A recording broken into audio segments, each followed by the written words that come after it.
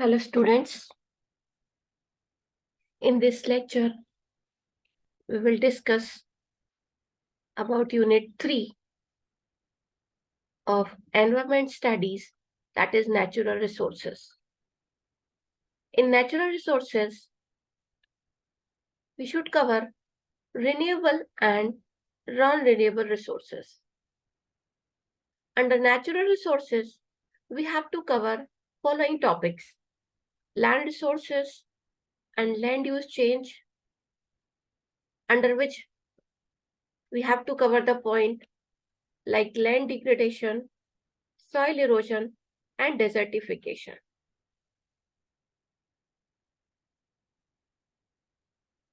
The next topic which we will cover, that is deforestation. The third topic which we will cover, that is water. And fourth topic we will cover, that is energy resources. So here we will start with natural resources.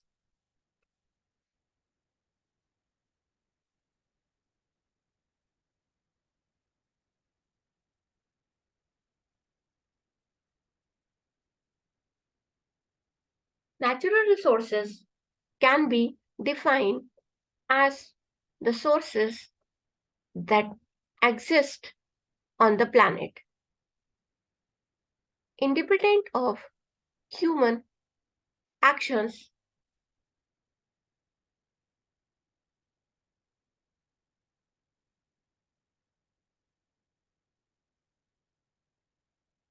These are the resources that are found in the environment and are developed without the intervention of humans.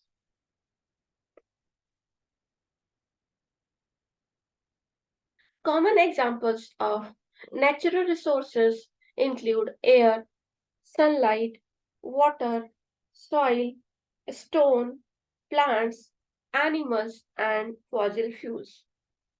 The natural resources are naturally occurring material that are useful to man or could be useful under conceivable technological, economic, or social circumstances, or supplies drawn from the earth supplies, such as food, building, and clothing materials, fertilizers, metals, water, and geothermal power.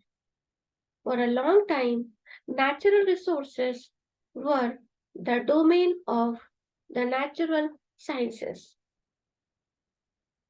Based on the availability of these resources, natural resources can be categorized into two categories.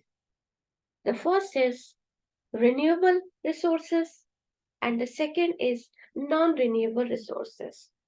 The resources which can be renewed are comes under category of renewable resources. So the renewable resources are the ones that are consistently available regardless of their use. They can be fairly recovered or replaced after the process of utilization. Examples include vegetation,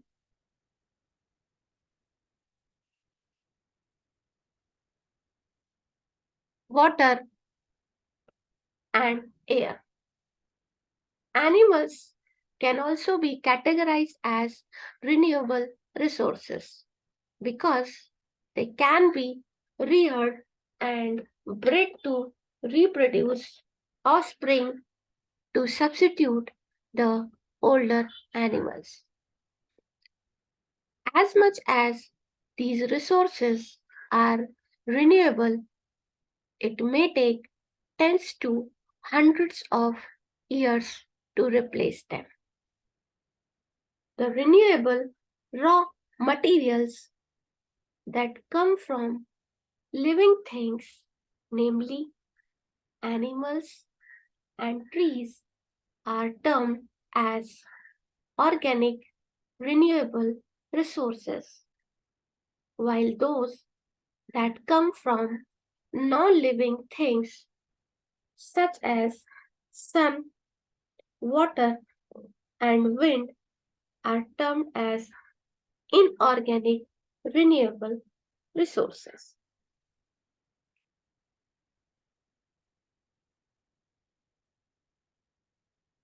Non-renewable resources.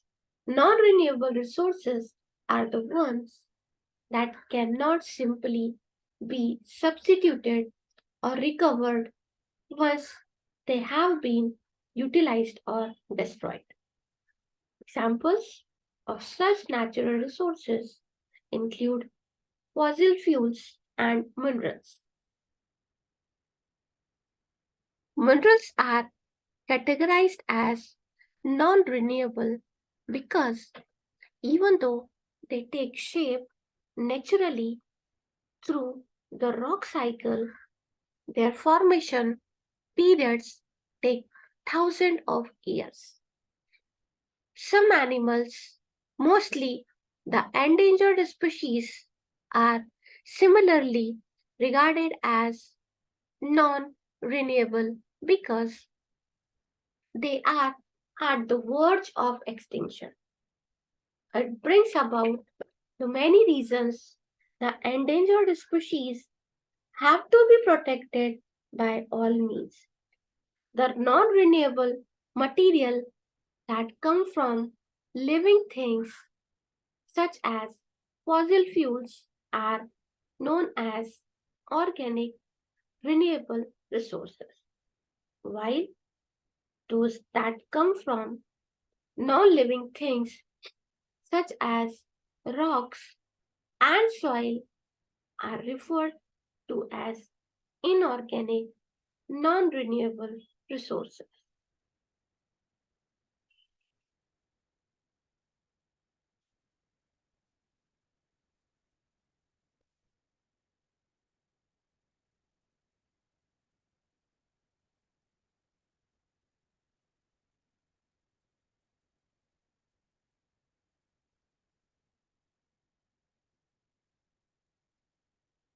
Now here, the types of natural resources.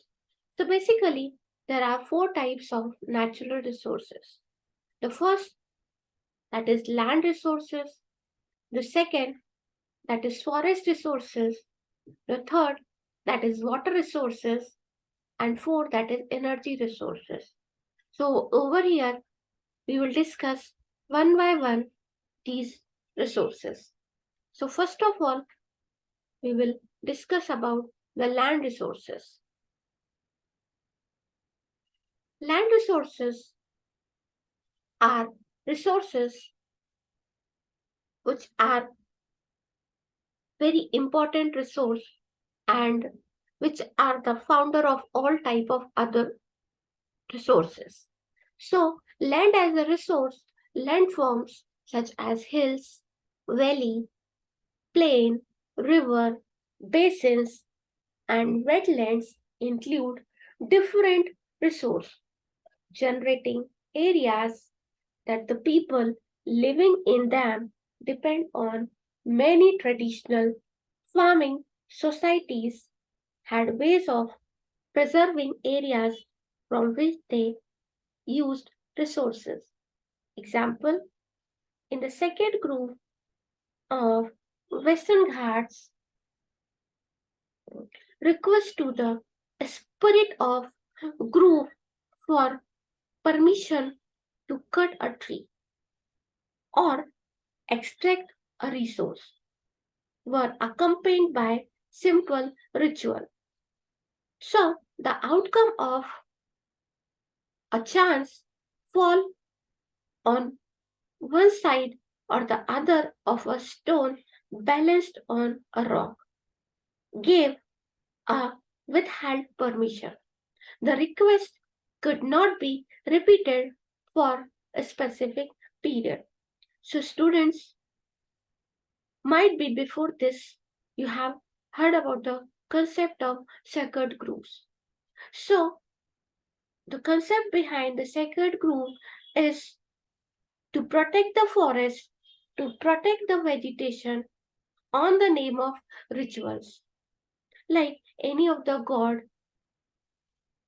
or any of the statue which is placed in the mid of forest or in the forest area.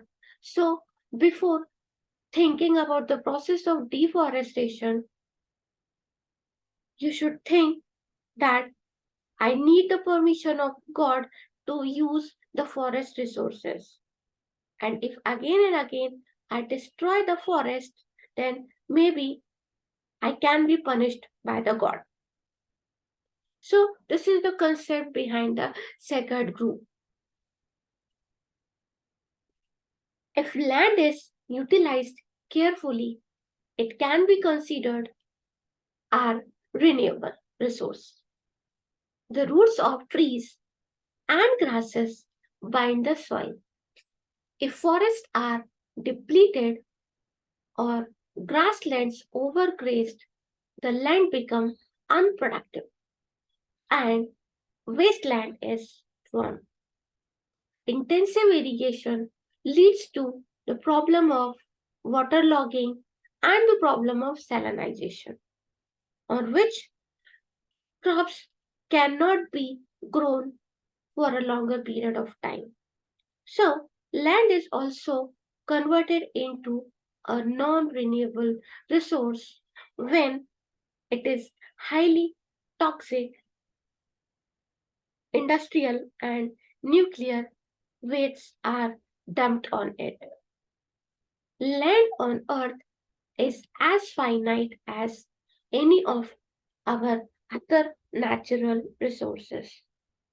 While mankind has learned to adapt his lifestyle to various ecosystems world over, he cannot live comfortably, for instance, on polar ice caps, on under the sea, or in space in the foreseeable future. Now, man needs land for building homes, cultivating food, maintaining pastures for domestic animals, developing industries to provide goods, and supporting the industry by creating towns and cities. So, over here, with these much concepts, we are very clear that human is the most important factor for the utilization of land, and we can consider all the factors like building homes, cultivating food, maintaining pastures and domestic animals, developing industries to provide goods, and supporting the industry by creating towns and cities comes under all this. So, equally importantly, man needs to protect wilderness area in forests, grasslands, wetlands, mountains, coast, etc.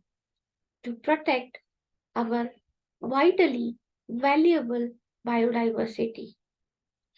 Thus, a rational use of land needs careful planning. One can develop most of these different types of land uses almost anywhere. But protected areas like national parks and wild sanctuaries can only be situated where some of the natural ecosystem are still undisturbed. These protected areas are important aspects of good land use planning. Land use change. The most damaging change in the land use is demonstrated by rapidity with which forests have vanished during recent times. Both in India and in the rest of the world, forests provide us with a variety of services. These include processes such as maintaining oxygen levels in the atmosphere, removal of carbon dioxide, control over water regimes, and slowing down erosion, and also produce products such as food, fuel, timber, fodder, medicinal plants, etc. In the long term, the loss of these is far greater than the short term gains produced by converting forested lands to other uses.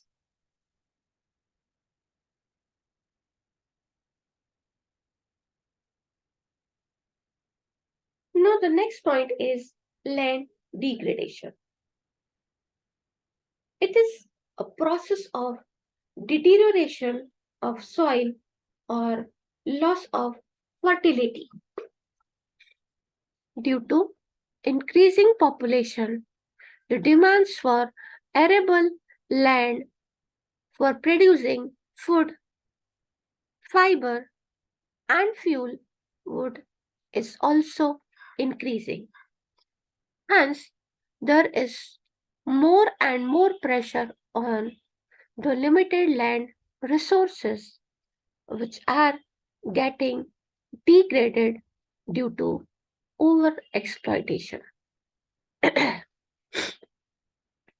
Nearly 56% of total geographical area of the country is suffering due to land resource degradation. Out of 17 million hectare canal irrigated area, 3.4 million hectares is suffering from the problem of waterlogging and the problem of salinity.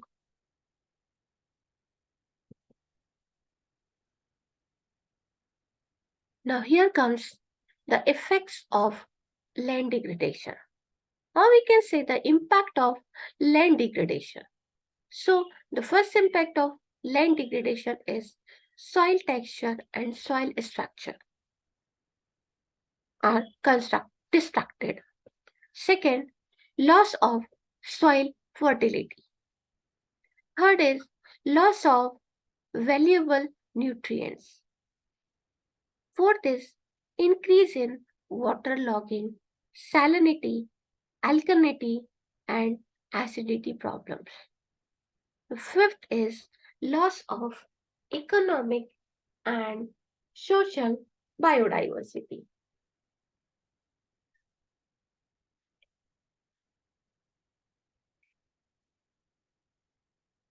Now here comes the causes of land degradation. The first is population.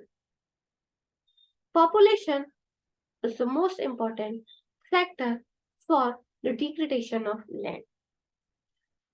More and more land is needed for producing foods, fiber, and fuel wood.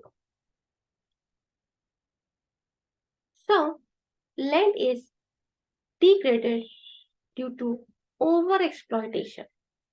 Second factor is urbanization. Urbanization reduces the agricultural land.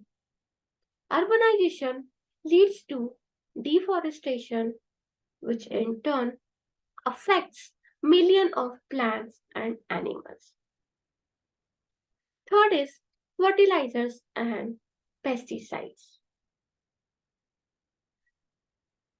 Again, behind the cause of fertilizer and pesticide, the main factor is population because As the population is increasing continuously, there is an enhancement in the demand of food. So for that, we are in the urge of using fertilizers and pesticides for the improvement in quality and quantity of food, of course. It affects fertility of the soil and causes land pollution. The fourth factor is damage of topsoil. Increase in food production generally leads to damage of topsoil through nutrient depletion. The fifth one is waterlogging, soil erosion, salination, and contamination of soil with industrial waste and cause land degradation.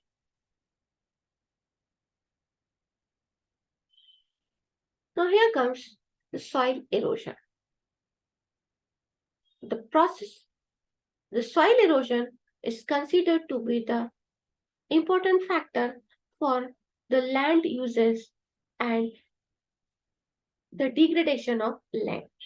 The process of loss or removal of superficial layer of soil due to action of wind, water, and human factor. In other words, it can be defined as the movement of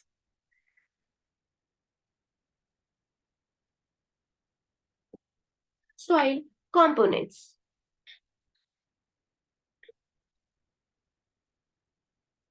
especially surface litter and topsoil from one place to another. It has been estimated that more than 5,000 million tons topsoil is being eroded annually, and 30% of total eroded mass is getting loose to the sea.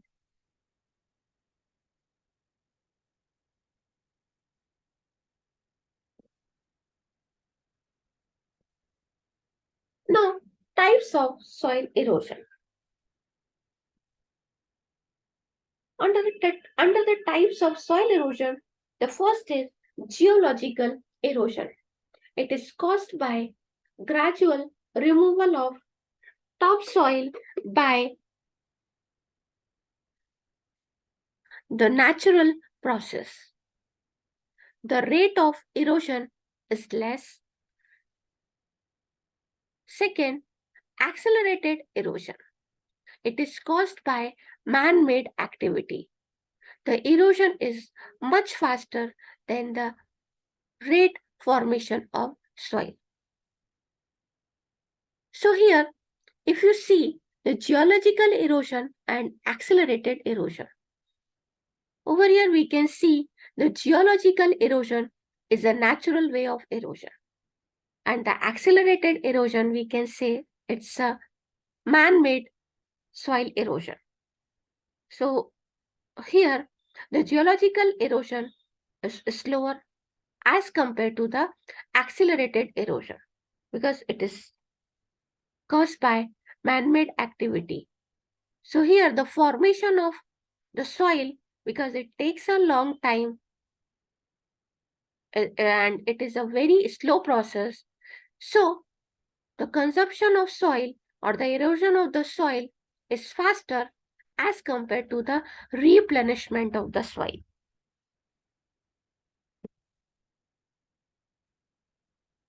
Now, what are the causes of soil erosion? The first is water. Water causes soil erosion in the form of rain, runoff, rapid flow, and wave action. Second is wind. It is an important climatic agent which carry away the fine particles of soil, creates soil erosion. The third is biotic agent. Overgrazing, mining, and deforestation are the major biotic agents cause soil erosion. 35% of soil erosion is due to the process of overgrazing, and 30% is due to the process of deforestation. The fourth one is landslide. It also causes soil erosion. Then the fifth one, that is the construction. Construction of dams, buildings, roads remove protective vegetal cover and leads to soil erosion. Control of soil erosion or soil conservation practices. The art of soil conservation is based on following basic principles. The first is to slow down the water for concentrating and moving down the slope in a narrow path. Two, to slow down the water movement when it flows along the slope. The third, to encourage more water to enter into the soil. The fourth is to increase the soil particle size. The next is reduction in the wind velocity near the ground by growing process of vegetation.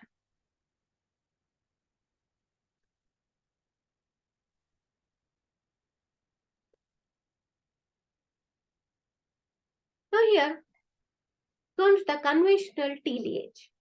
The process of mixing the residues from previous crops into the soil by plugging is called conservational tillage. It improves soil permeability and increase organic matter, which in turn improve soil moisture and nutrients. Organic farming, the process of increasing organic input to the soil. Example, biofertilizer, crops, rotation, process of growing different crops in successive year on the same land. It prevents the loss of fertility of the soil. Now comes the counter plugging. It is very useful area with low rainfall. That is, placing some furrows to store water which reduce runoff and erosion. Mulching. Mulching is an important process through which soil is covered with crop residues and other form of plant litter. Then strip cropping. Planting of crops in rows to check flow of water. Terrace farming. Conversion of a steep slope into a series of broad terrace which run across the contour. It reduces soil erosion by controlling runoff. Agroforestry, planting crops in between rows of trees or shrubs that can provide fruits and fuel wood. After harvesting the crops, the soil will not be eroded because trees and shrubs will remain on the soil and hold the soil particle. Windbreak. With the name itself or the terminology itself, the concept is clear that we have the give break to wind. So, trees are planted in the long rows along the boundary of cultivated lands which give break or which block the wind and reduces the process of soil erosion.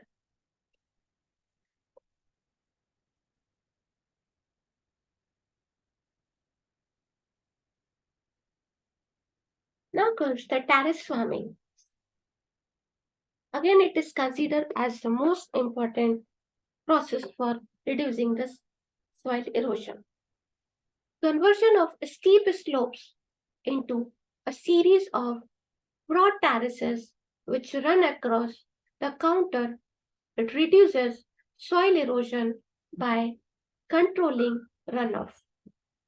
Agroforestry, planting crops in between rows of trees or shrubs that can provide fruits and fuel wood. After harvesting the crops, the soil will not be eroded because trees and shrubs will remain on the soil and hold the soil particles. Windbreak. Trees are planted in long rows along the boundary by cultivated lands, which block the wind and somehow reduces the process of soil erosion.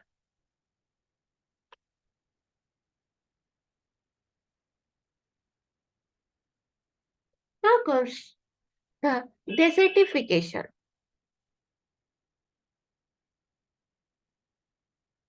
Now, desertification is again a process which has its great impact over the process of land uses and deterioration the quality of land. Desertification is a process whereby the productive potential of arid or semi-arid land falls by 10% or more than 10%. The desertification is characterized by devegetation and depletion of groundwater, salinization, and severe soil erosion. The causes of desertification are: first is deforestation, second is overgrazing, the third is overutilization of water, the fourth is the mining and quarrying, the fifth is climate change, and the sixth is excessive use of fertilizers and pesticides. Now, here comes the effects of desertification. 80% of productive land in the arid and semi arid regions are converted into deserts. Around 600 million people are suffered by the process of desertification or by the impact of desertification.